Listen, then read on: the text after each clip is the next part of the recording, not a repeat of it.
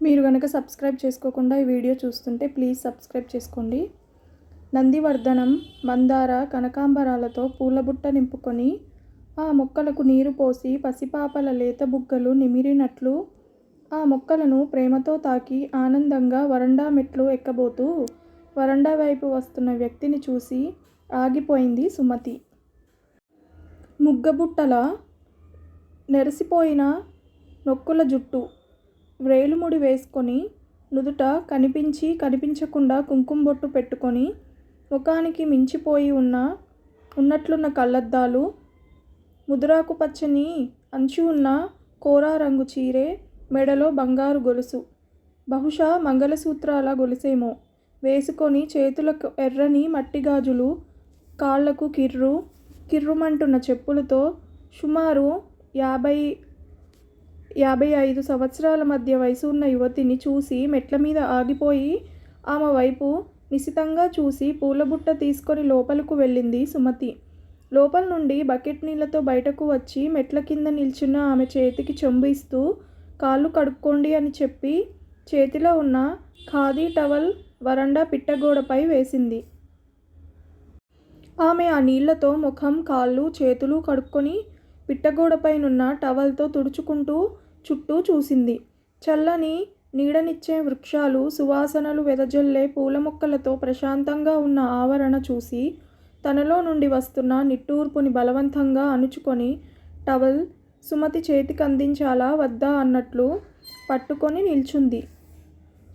ఆమె ఆలోచన గ్రహించిన దానిలా సుమతి ఆమె చేతిలో టవల్ అందుకొని లోపల నుండి చెక్క కుర్చీ ఒకటి తీసుకొని వచ్చి వరండాలో వేసి కూర్చోండి అని చెప్పి తాను అక్కడే ఉన్న బల్లపై కూర్చొని తాను కాక వేరే వ్యక్తి ఉన్నదనే విషయం మర్చిపోయినట్లు చకచకా పూలమాల కట్టి సాగింది. మాల పూర్తి చేసి తలపైకెత్తిన తులసి కుర్చీలో కూర్చున్న ఆవిడ తదేకంగా తననే చూస్తుండడంతో కలిగిన తొట్రుపాటుని అణుచుకుంటూ పూలమాల దేవుని పటానికి అలంకరించి పెరటి వైపు నడిచింది.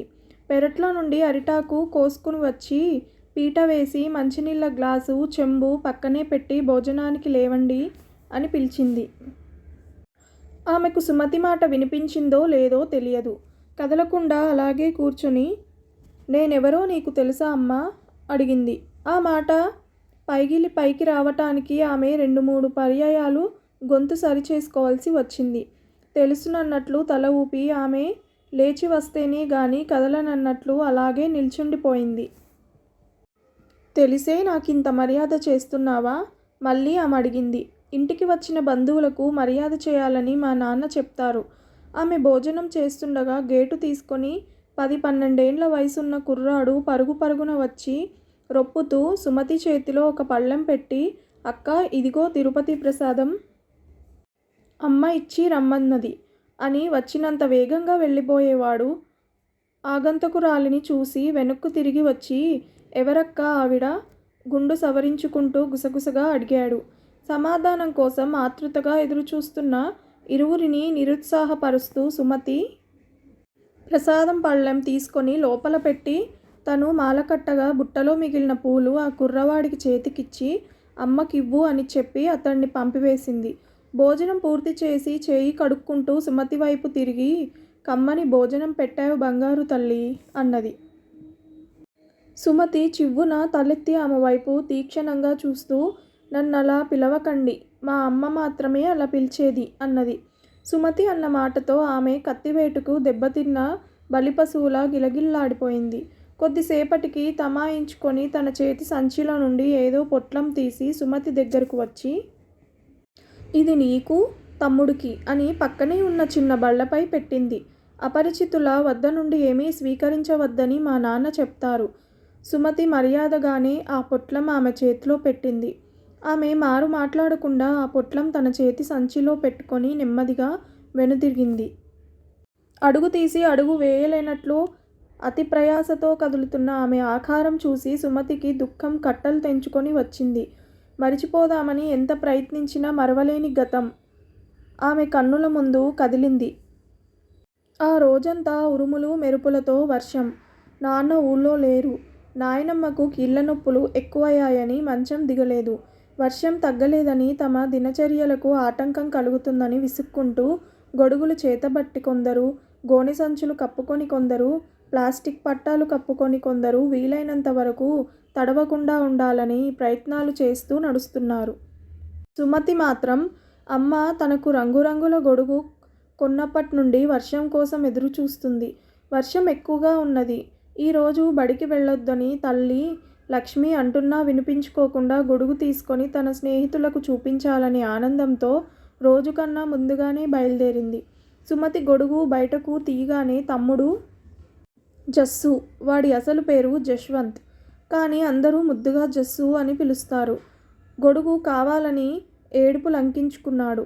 వాడికేవో మాయమాటలు చెప్పి నాన్న ఇచ్చిన చాక్లెట్లు తినగా మిగిలినవి వాడికిచ్చి వాణ్ణి విడిపించుకొని ఒయ్యారంగా గొడుగు తిప్పుకుంటూ గాలివాటుకి పక్కల నుండి కొట్టే జల్లు వల్ల తడిచిపోతున్నా లెక్క చేయకుండా తన స్నేహితుల కోసం చూసుకుంటూ నడుస్తుంది. సుమతి స్నేహితురాలు రాణి కూడా రంగురంగుల గొడుగుతో వచ్చింది. ఇద్దరూ కలిసి ఒకరి గొడుగుని మరొకరు గొడుగు ఆనించుకుంటూ ఆ గొడుగులను గిరగిరా తిప్పుకుంటూ బడికి వచ్చేశారు. వర్షం వల్ల చాలామంది పిల్లలు రాలేదు. తన గొడుగుని అందరికీ చూపించలేకపోయాని అని సుమతి నిరుత్సాహపడిపోయింది. గంటకు వర్షం ఎక్కువ అవుతుందని బడి ముందుగానే వదిలేశారు. వర్షంతో పాటు గాలి కూడా విసురుగా వచ్చేస్తుంది. గొడుగు ఎక్కడ ఎగిరిపోతుందోనని పుస్తకాల సంచి భుజానికి తగిలించుకొని గొడుగుని 2 చేతులతో గట్టిగా పట్టుకొని తడిచిపోతూ ఇల్లు చేరింది. వద్దంటే వినిపించుకోకుండా వెళ్ళావు, ఎలా తడిచిపోయావో చూడు. సుమతి జడలు విప్పి తల టవల్తో తుడుస్తూ లక్ష్మి కోప్పడింది. జస్సు గొడుగు పట్టుకొని ఇల్లంతా తిరిగాడు. ఎదురింటి సుభద్ర వర్షం కొంచెం తగ్గుముఖం పట్టగానే పరుగులు పెడుతూ వచ్చింది. ఆమె ప్రతిరోజు సుమతి నాయనమ్మకు రామాయణం చదివి వినిపిస్తుంది. ఏం వాన, ఈ రాత్రంతా ఇలాగే కురిసేలా ఉన్నది, ఆమె తల తుడుచుకుంటూ అన్నది. ఈ వానలు రాకపోతే ఏమైందే, తడిచి వచ్చావు, నాయనమ్మ కోప్పడింది. గొడుగైనా తెచ్చుకోకపోతివి, సాయంత్రం పాలు పోసే మనిషి రాలేదు, కాఫీ పెట్టుకోవటానికి పొద్దున్న పాలేమీ మిగల్లేదు. అమ్మ పాల మనిషి కోసం ఇంట్లోకి బయట వాకిట్లోకి అసహనంగా తిరుగుతూనుంది. అలవాటైన కాఫీ త్రాగందే నాయనమ్మకు భరించలేని తలనొప్పి వచ్చేస్తుంది. సుభద్ర రామాయణంలోని అరణ్యకాండ చదువుతున్న నాయనమ్మ ధ్యాస అంతా వాకిలి వైపే ఉన్నది. లక్ష్మి, కొంచెం పాలపొడైనా వేసి కాఫీ కలుపు, తల పగిలిపోతుంది, కోడల్ని కేక వేసింది. పాలపొడి నిండుకున్నది, లక్ష్మి పొడిగా సమాధానం చెప్పింది. సుమతి తండ్రి ఊరెళ్ళినప్పటి నుండి లక్ష్మి ఎందుకో ముభావంగా ఉండసాగింది. రోజూ పిల్లలకు కథలు చెప్తూ భోజనం పెట్టటం, పడుకోబెట్టటం కూడా మానివేసింది. ముద్దుగా చూసుకునే జస్సుని కూడా కోప్పడుతుంది. ఏదో పని చేయబోయి ఏదో చేసేస్తుంది. ముఖం మీద నవ్వనేది లేదు. అమ్మ అలా ఉండటం చూసి పిల్లలకు దిగులు వేసింది. ఈ వానలో పాల మనిషి ఇక రానట్లే, ఒక సారడాన్ బిల్లైనా ఇవ్వు, వేసుకొని పడుకుంటా, కోడలతో అన్నది కణతలు నొక్కుకుంటూ. లక్ష్మి 2 సారడాన్ బిళ్ళలు సుమతి చేతికిచ్చి నాయనమ్మకివ్వు అని పంపించింది. కాఫీ తాగకపోతే తలనొప్పి ఎందుకొస్తుంది? నాయనమ్మకు మంచినీళ్ళ గ్లాస్ ఇస్తూ అడిగింది సుమతి. అసలే తల పగిలిపోతుంది, నీ ప్రశ్నలతో నన్ను విసిగించకు, ముసుగు పెట్టేసింది నాయనమ్మ. సుభద్ర నెమ్మదిగా రామాయణ పుస్తకం చేతబట్టుకొని బయటకు వచ్చేసింది. రోజూ రామాయణం చదవటం పూర్తవగానే లక్ష్మి దగ్గర చేరి పిచ్చాపాటి మాట్లాడే సుభద్ర కూడా లక్ష్మి ముభావంగా ఉండడంతో మాట్లాడకుండా వెళ్ళిపోయింది. సుమతికి వానలో చేతులు చాచి వాన వల్లప్ప తిరగాలని ఉన్నది. కానీ అమ్మ అసలే కోపంగా ఉన్నదని వరండా చూరులో నుంచి కారే నీటిని చూస్తూ కూర్చుంది. కరెంటు పోతుందేమోనని లక్ష్మి త్వరగా వంట చేసి అత్తగారికి పిల్లలకు పెట్టేసింది. భోజనాల మధ్యలో కరెంటు పోయింది. నేనంటే నేనని పోటీపడి సుమతి జస్సులిద్దరూ చెరొక కొవ్వొత్తి వెలిగించి భోజనాల గదిలోనూ హాల్లోనూ పెట్టారు. భోజనాలు పూర్తయిన తర్వాత లక్ష్మి పిల్లలిద్దరినీ పడుకోమని చెప్పి కొవ్వొత్తి తీసుకొని గదిలోకి వెళ్ళి తలుపు వేసేసుకుంది. నాయనమ్మ సారడాన్ బిళ్ళలతో పాటు నిద్రమాత్రలు 2 వేసుకొని గుర్రు పెట్టి నిద్రపోతుంది. నిద్రపోతున్న కళ్ళల్లోకి కూడా చొచ్చుకుపోయేంత వెలుగుతో మెరిసిన మెరుపుకి సుమతి ఉలిక్కిపడి కళ్ళు తెరిచింది. వీధి తలుపులు తెరిచి ఉన్నాయి. ఆ మెరుపు వెలుగులో తాను చూస్తున్నదేమిటో అంతుపట్టక కళ్ళు నులుముకొని మరొక్కసారి చూసింది. అమ్మా! వేరే ఒక వ్యక్తి చేయి పట్టుకొని మరొక చేత్తో గొడుగు పట్టుకొని నడిచి వెళ్తుంది. అతని చేతిలో అమ్మ సూట్ కేస్ ఉన్నది. దిక్కులు దద్దరిల్లేలా ఉరిమిన ఉరుముకి ఉలిక్కిపడి సుమతి లేచి బయటకు పరుగు పెట్టింది. కానీ వాళ్ళప్పటికే గేటు దాటి వెళ్ళిపోయారు. చీకటిలో చీకటి కలిసిపోయినట్లు ఇద్దరూ వెళ్ళిపోయారు. మరునాడు సుమతికి ఒళ్ళు తెలియని జ్వరం. ఆ జ్వరంలో ఏవేవో కలలు. రాక్షసులు, దెయ్యాలు, భూతాలు తమని తరుముకొస్తున్నట్లు. నాన్న ఒక చేత్తో జస్సుని, సుమతిని పట్టుకొని మరో చేత్తో కత్తి పట్టుకొని తమ వెంట పడుతున్న రాక్షసుల్ని తరిమివేస్తున్నట్లు. నాన్న కత్తితో యుద్ధం చేస్తూనే అమ్మ కోసం మనం వెతుకుదామని చెప్తున్నాడు. ఇంతలో అడవిలో ఒకసారిగా మంటలు లేచాయి. రాక్షసులందరూ ఆ మంటల్లో పడి మాడిపోయారు. సుమతి, జస్సు, నాన్న ముగ్గురు అమ్మయ్య అని ఒకసారి ఊపిరి పీల్చుకొని అమ్మ కోసం కేకలు వేస్తూ తిరుగుతున్నారు. అమ్మ ఇక కనిపించదా నాన్నా? సుమతి కళ్ళు తెరిచి అడిగింది. లేదు తల్లి, అమ్మ వచ్చేస్తుంది. నీకు జ్వరం వచ్చిందని అమ్మకు తెలియదు. కబురు వెళ్ళగానే అమ్మ వచ్చేస్తుంది. నాన్న కిటికీలో నుంచి బయటకు చూస్తూ అన్నాడు. నాన్న చెప్పిన మాటల్లో నమ్మకం కుదరలేదు. సుమతికి తెలుసు అమ్మ రాదని. నాయనమ్మ జస్సుని ఒళ్ళో కూర్చోబెట్టుకొని మంచం పక్కనే కూర్చున్నది. కానీ ఆమె చూపులు అక్కడ లేవు. సుమతి కళ్ళు తెరవగానే నాయనమ్మ ఏదో మెల్లిగా గొణిగింది.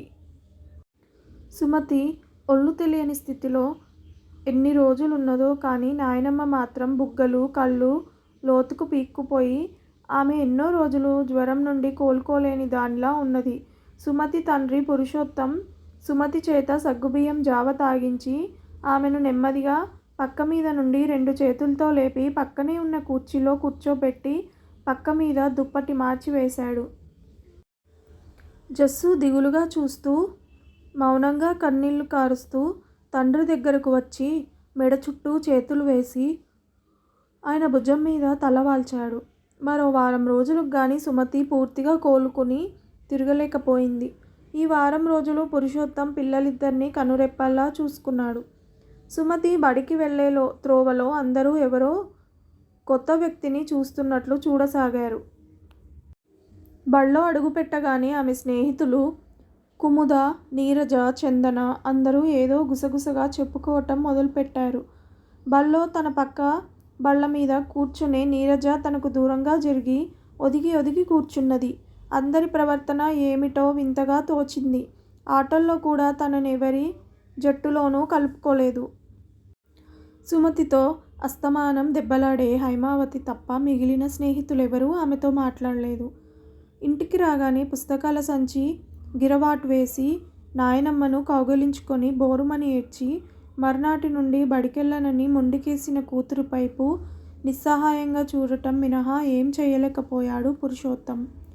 బయటకు వెళ్ళగానే ఎవరో ఒకరు మీ అమ్మ మిమ్మల్ని వదిలి ఎవరితోనో వెళ్ళిపోయింది అని గేలి చేసేవారు. పెద్దలు మొదలు పిల్లల వరకు ఏదో ఒక రకంగా అవహేళన చేసేవారు. సుమతికి తను చేసిన తప్పేమిటో తెలిసేది కాదు. ఆ బాధ పిల్లల వరకే పరిమితం కాలేదు. కొందరు పనిగట్టుకొని ఇంటికొచ్చి నాయనమ్మని సూటిగా అడిగేవారు. లక్ష్మి ఏమైందని, ఎవరితో వెళ్ళిపోయిందని. కొందరు పన్నంటి పిల్లలనొదిలి ఎలా వెళ్ళిపోయిందోనని సానుభూతి చూపేవారు. కొందరు లక్ష్మి ఎక్కడెక్కడో ఎవరికో కనిపించిందని పురుషోత్తంతో చెప్పేవారు. మరికొందరు ఏమైనా ఆచూకీ తెలిసిందా అని అడిగేవారు. తను పనిచేసే ఆఫీస్లో తోటి ఉద్యోగుల వెకిలి మాటలు, సూటిపోటి మాటలు భరించలేక ఆ ఊళ్ళో తలెత్తుకు తిరగలేక పోతున్నామని పురుషోత్తం ఉద్యోగానికి రాజీనామా ఇచ్చేసి పిల్లల్ని తీసుకొని ఊరు వదిలి వచ్చేశాడు. నాయనమ్మ మాత్రం ఇల్లు వదిలి రానన్నది. కొత్త ఊళ్ళో తమని తల్లిని గురించి అడిగేవారు లేరు. కానీ జస్సు, సుమతి కనిపించిన ప్రతి స్త్రీలోనూ అమ్మ ఎక్కడైనా కనిపిస్తుందేమోనని గుమ్మనగా తమ తల్లిని వెతుక్కోసాగారు. బళ్ళో పిల్లలు మా అమ్మ నాకు ఇష్టమని జిలేబీ చేసిందనో, నాకు ఈ రంగు అంటే ఇష్టమని ఆ రంగు లంగా కొన్నదనో, నా పుస్తకాలకు అట్టలు వేసి పెట్టిందనో. అమ్మ గురించి మాట్లాడే సమయంలో సుమతి నెమ్మదిగా అక్కడి నుంచి కదిలి వెళ్ళిపోయేది. బంగారు తల్లి, తమ్ముణ్ణి కొంచెం సేపు ఆడించమ్మా. బంగారు తల్లి, బంగాళాదుంపలు ఒలిచిపెట్టమ్మా. మా అమ్మవు కదూ, ఈ గిన్నె పట్టుకెళ్ళి సుభద్ర అత్తకిచ్చిరామ్మా. అమ్మ మాటలు పదే పదే గుర్తు వచ్చేవి. ఎక్కడికెళ్ళావమ్మా, ఎందుకెళ్ళావమ్మా అని తనలో తానే కుళ్ళి కుళ్ళి ఏడ్చేది. జస్సు ఒక్కొక్కసారి పెద్ద పెద్ద కేకలు వేస్తూ నిద్రలేచేవాడు. నాన్న వాణ్ణి దగ్గరకు తీసుకొని తన పక్కలో పడుకోబెట్టుకునేవాడు. అమ్మ ఎక్కడికి వెళ్ళింది, ఇంకా ఎన్ని రోజులకొస్తుంది అని వాడు నాన్నని అడిగినప్పుడు నాన్న మౌనంగా ఉండిపోయాడు. అందరూ అమ్మని అన్ని మాటలు అంటున్నా నాన్న ఒక్క మాట కూడా అమ్మ గురించి మాట్లాడేవాడు కాదు. తనే అమ్మ నాన్న అయి ఏ లోటు రానీకుండా పెంచాడిద్దరిని. పిల్లల కోసమైనా వివాహం చేసుకోమని నాయనమ్మ ఉత్తరాల మీద ఉత్తరాలు రాస్తుండేది. చదివి చించి వేసేవాడు.